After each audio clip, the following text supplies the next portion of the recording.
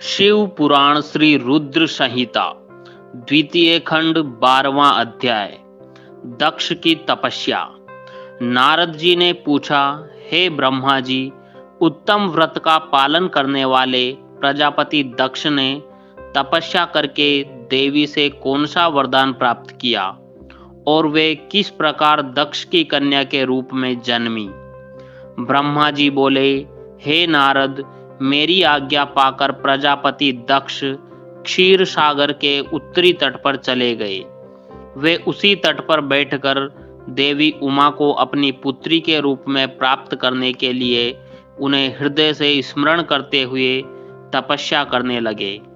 मन को एकाग्र कर प्रजापति दक्ष दृढ़ता से कठोर व्रत का पालन करने लगे। उन्होंने 3000 दिव्य वर्षों तक घोर तपस्या की। वे केवल जल और हवा ही ग्रहण करते थे।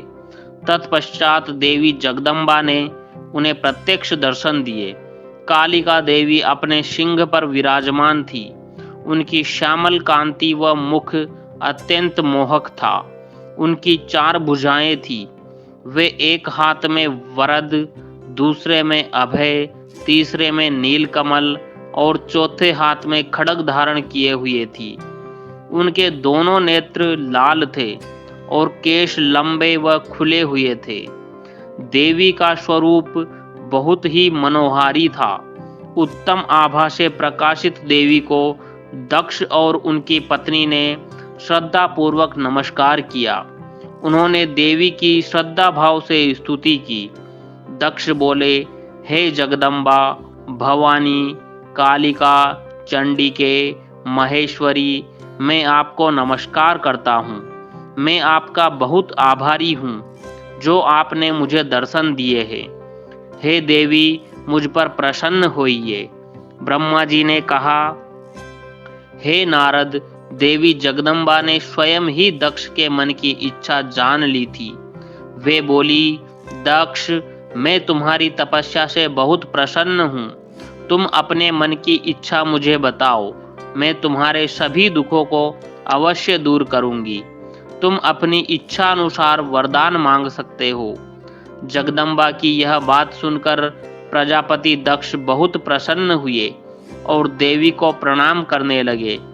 दक्ष बोले, हे देवी, आप धन्य हैं। आप ही प्रसन्न होने पर मनोवांछित फल देने वाली है। हे देवी, यदि आप मुझे वर देना चाहती है तो मेरी बात ध्यान पूर्वक सुने और मेरी इच्छा पूर्ण करें। हे जगदम्बा, मेरे स्वामी शिव ने रुद्र अवतार धारण किया है, परंतु अब तक आपने कोई अवतार धारण नहीं किया है।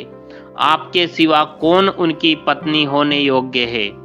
अतः हे देवी, आप मेरी पुत्री के रूप में धरती पर जन्म लें और भगवान शिव को अपने रूप लावण्य से मोहित करें।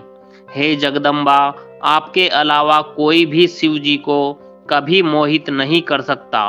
इसलिए आप हर मोहिनी अर्थात भगवान को मोहने वाली बनकर संपूर्ण जगत का हित कीजिए। यही मेरे लिए वरदान है। दक्ष का यह वचन सुनकर जगदम्बिका हंसने लगी और मन में भगवान शिव का स्मरण कर बोली, हे प्रजापति दक्ष, तुम्हारी पूजा आराधना से मैं प्रसन्न हूँ। तुम्हारे वर के अनुसार मैं तुम्हारी पुत्री के रूप में जन्म लूंगी। तत्पश्चात बड़ी होकर मैं कठोर तप द्वारा महादेव जी को प्रसन्न कर उन्हें पति रूप में प्राप्त करूंगी। मैं उनकी दासी हूँ। प्रत्यक्ष जन्म में शिव शंभु ही मेरे स्वामी होते हैं। अतः मैं तुम्हारे घर में जन्म लेकर शिवा का अवतार धारण करूंगी। अब तुम घर जाओ, परंतु एक बात हमेशा याद रखना, जिस दिन तुम्हारे मन में मेरा आदर कम हो जाएगा, उसी दिन मैं अपना शरीर त्याग कर अपने स्वरूप में लीन हो जाऊंगी।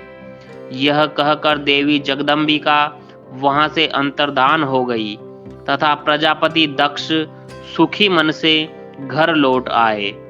यह अध्याय यहीं समाप्त होता है।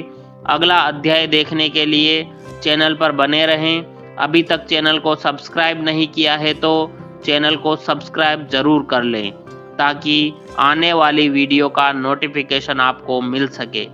धन्यवाद। ओम नमः शिवाय।